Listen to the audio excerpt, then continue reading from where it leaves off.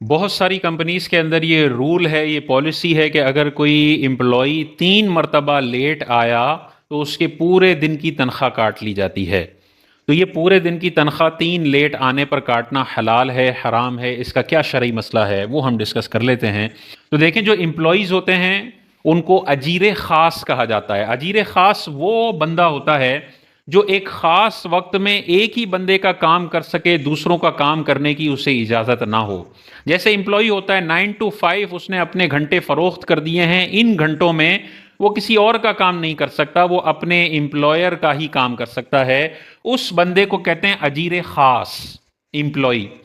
اور ایک ہوتا ہے اجیر مشترک، یعنی وہ ایک ہی وقت میں ملٹیپل لوگوں کا کام کر سکتا ہے، جیسے دھوبی ہے، جیسے کارپینٹر ہے، پلمبر ہے، استری کرنے والا ہے۔ تو وہ ایک ہی وقت میں ملٹیپل لوگوں کا کام کرتے ہیں، لہذا وہ اجیر مشترک کہلاتے ہیں۔ اجیر خاص یعنی جو امپلائی ہے اس کے لیے رولنگز یہ ہے کہ اگر وہ اپنا جو اس نے وقت کا معاہدہ کیا ہوا ہے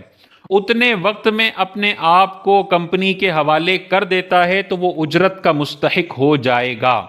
9 گھنٹے کی ڈیوٹی ہے اور 9 گھنٹے اس نے اپنے آپ کو کمپنی کے سپرد کر دیا، حاضری لگوا دی، دفتر میں موجود ہے، تو یہ 9 گھنٹے کی تنخواہ کا مستحق ہو گیا۔ اب اس مستحق شدہ تنخواہ کو کاٹنا اور روکنا حرام ہے اور ظلم ہے۔ مثال کے طور پہ وہ 3 دن لیٹ آیا 10-10 منٹ، تو 10-10 منٹ کا مطلب وہ یہ ٹوٹل جو لیٹ آیا وہ 30 منٹ لیٹ آیا۔ پورے دن کی کمپنی تنخواہ کاٹ رہی ہے، یعنی 9 گھنٹوں کی تنخواہ کمپنی کاٹ رہی ہے، تو یہ جو اضافی 8.5 گھنٹوں کی تنخواہ کاٹ رہی ہے اس تنخواہ کا یہ بندہ مستحق ہو چکا ہے، کیونکہ وہ وہاں پہ موجود تھا، حاضر تھا، کمپنی جو کام دے رہی تھی وہ کام کر رہا تھا، تو حاضری سے ہی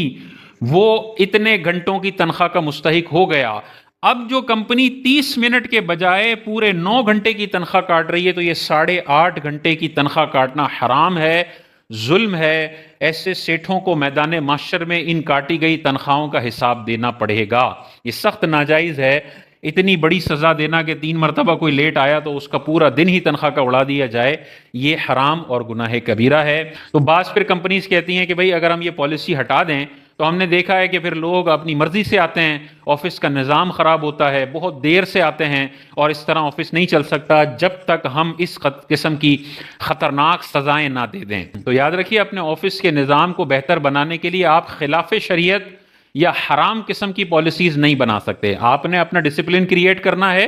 آپ دوسرے طریقوں سے بھی کر سکتے ہیں۔ آپ سب کو یہ کہہ سکتے ہیں کہ مہینے میں جو 6 مرتبہ سے زیادہ لیٹ آیا تو اسے شوکوز نوٹس ایشو کیا جائے گا، جس میں اس نے وضاحت دینی ہوگی، اور اگر 6 دفعہ یہ شوکوز نوٹس ایشو ہو گیا تو بندے کو فائر کر دیا جائے گا، یا بندے کا بونس ختم کر دیا جائے گا، یا بندے کا اگلے سال کا انکریمنٹ 0 کر دیا جائے گا۔ تو وہ بہت ساری چیزیں ہیں جن کے ذریعے آپ امپلائی کو پابند کر سکتے ہیں کہ وہ ٹائم پر آئے، لیکن اگر وہ آ چکا اور اس نے منٹ سرو کر دیے ہیں تو اب اس کو تنخواہ سے نہیں روکا جا سکتا ہے۔ کمپنی میں رکھنا نہ رکھنا یہ سیٹ کا اختیار ہے، ہائرنگ اور فائرنگ سیٹ کا اختیار ہے، تو اس اختیار کو وہ یوٹیلائز کر سکتا ہے کہ بھائی آپ مسلسل لیٹ آؤ گے، آپ کو وارننگ لیٹر ایشو ہوگا، پھر بھی آپ نہیں مانتے، دوسرا وارننگ لیٹر ایشو ہوگا، پھر بھی آپ نہیں مانتے ہو،